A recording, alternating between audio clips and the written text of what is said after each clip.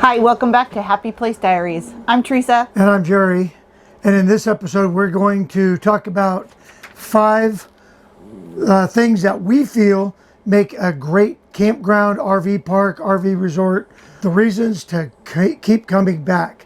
So stay tuned.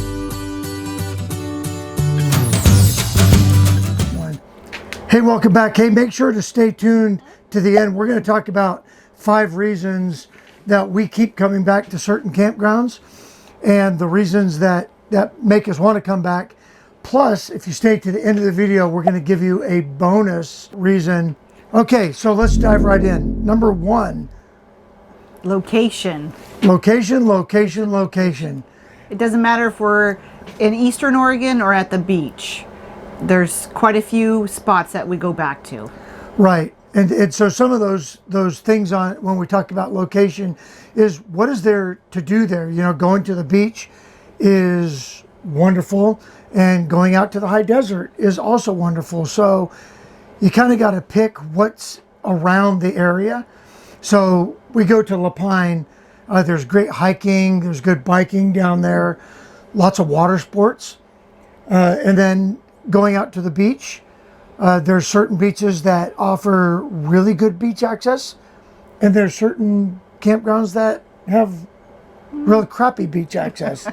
Yes. You know, where you got to drive to the beach, or you got to, walk about a mile or so. Climb over rocks, or big dunes.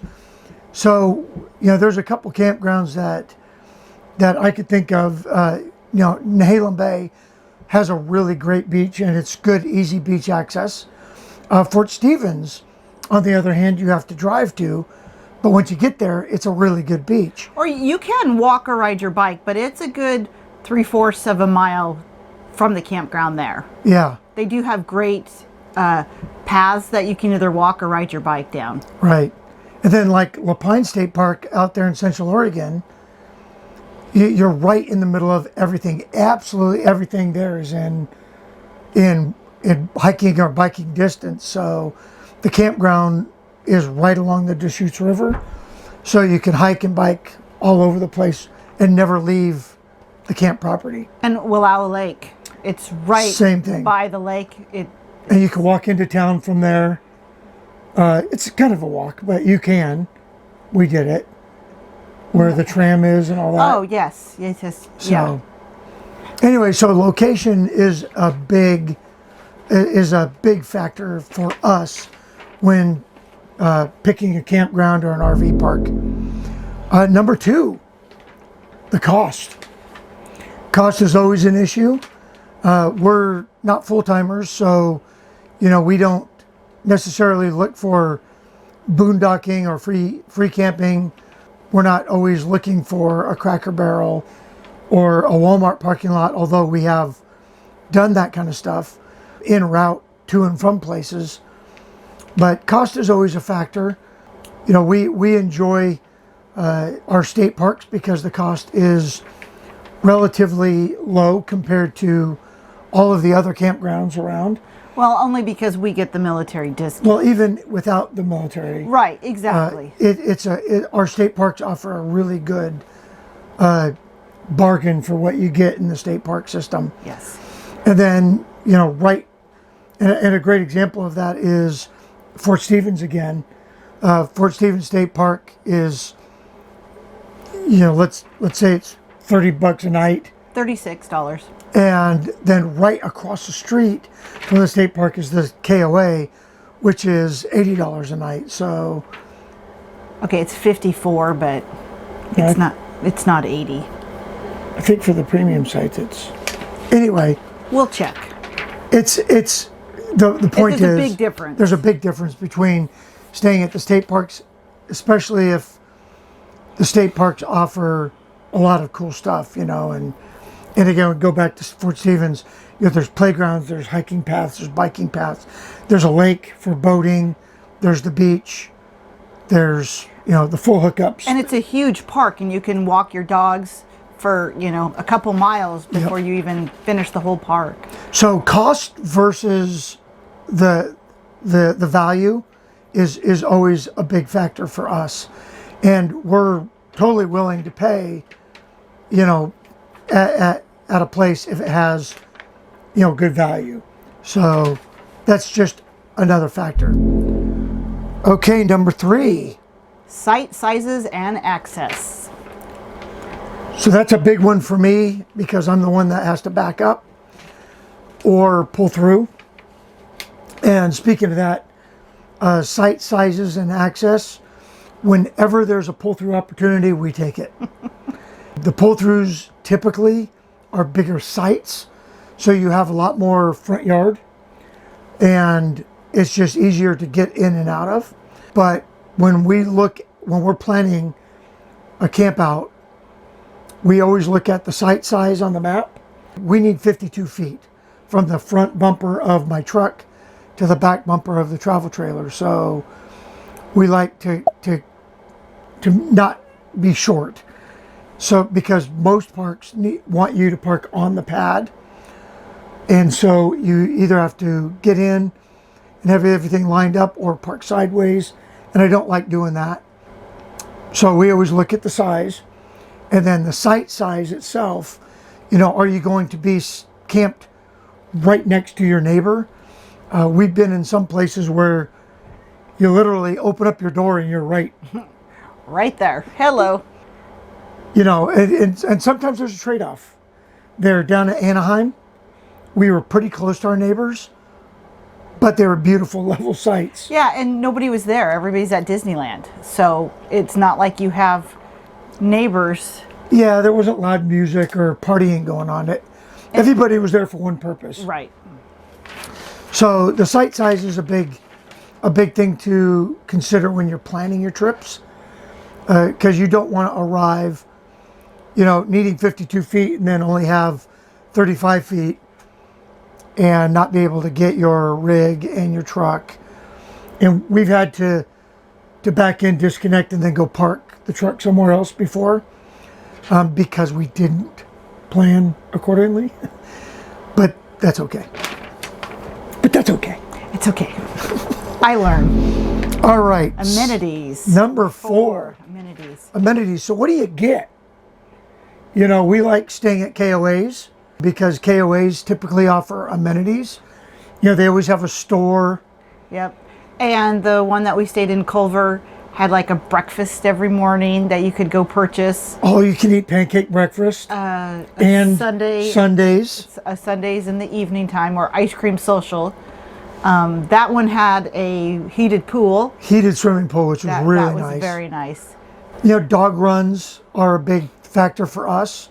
And, you know, that's always on the amenities list. So we like to find the parks that have a facility to let the dogs off leash. Camp stores are always nice, just in case you forgot something or you want to buy a sticker or something like that. You know, so the amenities are always a big factor. We don't, you know, have kids along with us anymore, so playgrounds aren't that big a deal, and we always select a campsite away from the playgrounds. Shower houses and, you know, comfort facilities, laundry, those kinds of things.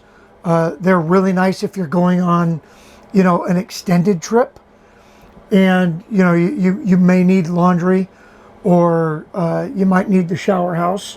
We typically don't use the shower houses because we have the one that's right behind the TV here, but, you know, that's nice. And, you know, again, you know, the hookup situation, we love full hookups, and that's just the thing. Now, if we don't have sewer, that's fine. We know we can go for about 4 days before we need to dump, and everybody has a dump station. There's dump stations everywhere, so that's never really a huge factor. We're willing to go with water and electric, especially just for a weekend. Yeah. Any other amenities that you could think about? No, I think that was... All you can eat pancake breakfast. That's always a good amenity. I like the little stores. Yep. Okay, last one, number 5, Campground Atmosphere. That's a total must. I know that I like to go back to Lapine because of the atmosphere. We have usually when we have to get a pull out, We've got a huge lot. Everybody can come over to our place. I mean, usually you can fit 5 or 6 tents. I mean, we don't, but you could, because that's how much space they give you. You know, with the pullouts at Lapine, they really designed the park well. So all the inside loop are pull-throughs. And so because it's a big circle, if you get, you know, all of your friends lined up in those pull-throughs, you basically have that entire middle section that you can, you know, have the community campfire or the potluck or whatever. You know, other things that we look at for a campground atmosphere, and this isn't necessarily a negative thing, and I don't mean to put anybody down by saying this, but one of the things that we look at is how many seasonal campers are there. You know, how many people live in the campground? And you don't find that at state parks, but you definitely find that at private parks. You know, are they living there full time? You know, how well do they keep up their sites and those kinds of things? Because it kind of detracts from some of our camping experience when you have people waking up, you know, for a weird shift in the morning. And, you know, we did that at Columbia River, and we were down at the end where the seasonals started, and the guy like 3 down had to be at work at like 5 in the morning. So he you know, got up at, you know, whatever, 4:30, he's out warming up his diesel. And yeah, it's just people that are just there camping and enjoying themselves don't wake up at 4 unless they're walking their dog. It takes away from the rest. Yeah. We were at a campground outside of Lincoln, or in Lincoln City. Yeah, at the KOA. And they had a bunch of seasonals there. And one guy was just working on his trailer all night long. Or his I don't think he was a seasonal. I think he was a passer through, but it was... Still, you know, he was in that seasonal area. And so, you know, he's out there banging. And luckily he wasn't directly next door to us. He was next door to Muggy and Rob. But, you know... It's still bad. It was bad. So the atmosphere of the campground, when you come in, does it have that vacation feel or that resort feel? We enjoy that. Yeah, like at Wallowa Lake, you can walk down to the marina, and there's chairs everywhere, and you can just sit out and watch the lake. You can watch people water ski, boating, fishing. It's just relaxing. It's like being at an old-fashioned resort. Yeah, you know, exactly. And then the final thought on the whole atmosphere of a campground, and it's wonderful in the RV community because what we've found is everybody's friendly. We've never really run into, you know, people other than some dog issues. You know, everybody's willing to help or stand and talk, and dogs are the great conversation starter. You know, so that also lends to the atmosphere. You know, when everybody's there to have a good time, it's always good. Yes. Okay, so before we get to our bonus reason or thing that makes campgrounds great, I want to encourage you to share the video.